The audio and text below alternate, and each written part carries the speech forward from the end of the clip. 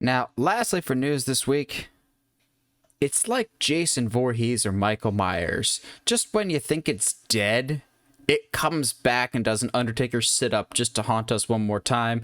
And of course, this time I'm talking about MoviePass. However, there might be a catch to it this time around. So for those that don't know, MoviePass was the definition of if it's too good to be true, then it probably is. It was essentially a movie credit card that basically lets you watch as many movies in theaters as you wanted. And then, of course, that failed because it was too good to be true of a concept. It was $10 a month. You could see all the movies that you wanted. So basically, for the price of a movie ticket, see all the movies.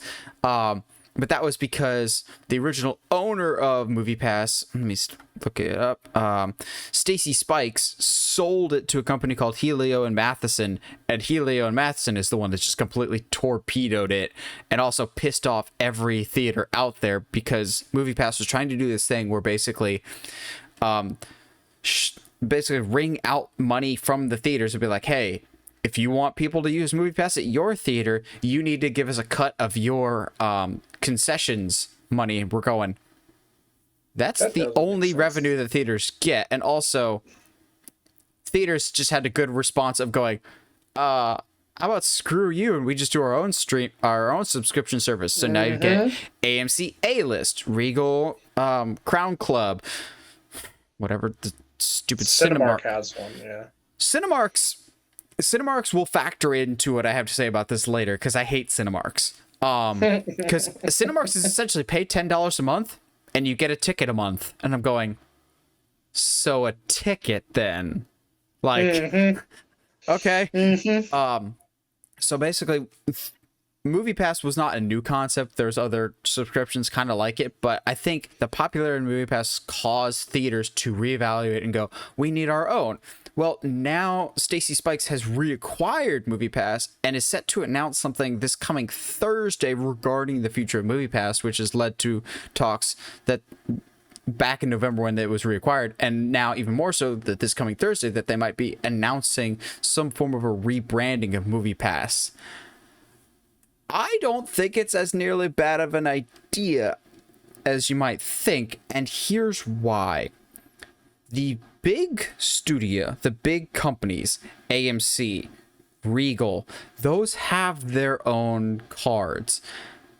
What if MoviePass this time around is working to work with the mom and pop stores? Like, I know there's a brand called Lowe's, which is like the fourth or fifth chain out there. Like it's known, like a Lowe's or just like a family run theater that doesn't have the capital to put forth to have their own version of a subscription service. I think that would be a smarter idea to do a partnership, a smart legal partnership, and work it that way. Like, you're not going to be able to penetrate the market when it comes to the big names like an AMC or a Regal.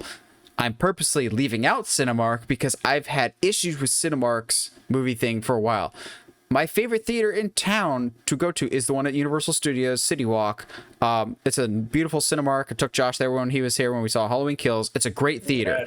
Yeah. I go there all the time, but I never have gotten there past because, as I said, it's $10 a month for a movie a month. That's not a deal. That's just a ticket. But if, let's say, MoviePass teamed up with Cinemark to kind of rework it a little bit, be like, hey, it's 3 movies a week or 3 movies, even if it was 3 movies a month for $10, I immediately sign up for that. I think MoviePass has a market there for the smaller theaters. Don't go after the big guys because there's no way you can make that work, because I've heard nothing but good things about Real Crown Club or AMC A-List. Like, that's a smart plan, and if I live closer to an AMC or a Regal, I would take advantage of those. Josh, do you see a future for MoviePass at all, or do you just want to see the car crash again? I think it'd be really interesting because I have been looking into AMC A-List for a bit. I haven't pulled the trigger on it, but just like that idea of being able to pay a certain, it's a subscription fee to a theater. I'm gonna assume you never had MoviePass. I never had MoviePass. Right when I was about to pull the trigger to get it, that's when it went under. So didn't get to. But I like that idea, and some of the articles I've been reading have been brought in some really good points of like you said, getting the smaller theaters in. I didn't know this, but MoviePass was accepted at like Alamo Drafthouse. That's awesome. That's a That smart partnership there. that's so That's a good smart. branch. Oh, absolutely. Like and they get all kinds of data through like when you use that card at all these different chains.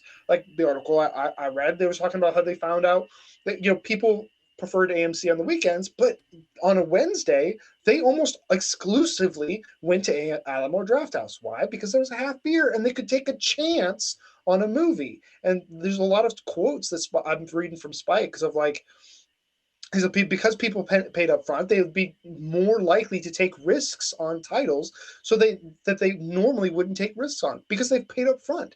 They don't have to worry about quote unquote losing money on a movie. So you get your more artsy films. Are people like, you know what? The trailer seemed interesting enough, and I've got three tickets this month. And the other two are going to go to these other two movies that I'm looking forward to. I see no issue with taking a chance on a Green Knight or a Licorice Pizza or something like that. So I just feel like you and I we talked last week about creativity being quote unquote dead, which is not the truth at all. But I think movies have to adapt movie theaters have to adapt to bring more people in, and you have to give people the best opportunity to see these movies that are not mainstream in order for those movies to succeed at all. Yeah, I had MoviePass when it was in that too good to be true phase, and basically there was no restrictions to it. Like, I was on the fence about getting it for a while because I was like, there's no way $10 just to see every movie. And I dropped it basically as soon as they started getting weird of like endless emails or limiting the movies, because I remember specifically when it started to go downhill, and it was around the time that the Jennifer Lawrence movie Red Sparrow came out, which was also the same weekend, I believe, that Mission Impossible 6 came out. And they're just like, you can see Mission Impossible in the special showing of the very first Mission Impossible. You can't see the new one. That's not a thing we can do for you. Like, they started showing only like select movies. You can only see them like in the middle of the day. But in its peak, I did go to the theater more often because it felt like I didn't have to take the chance of, well, if I don't like it, I'm out a certain amount of money. Like, I will always prefer going to the theater to see a movie, but sometimes I don't want to take that risk. Like, I saw Mortal Kombat at home on HBO Max.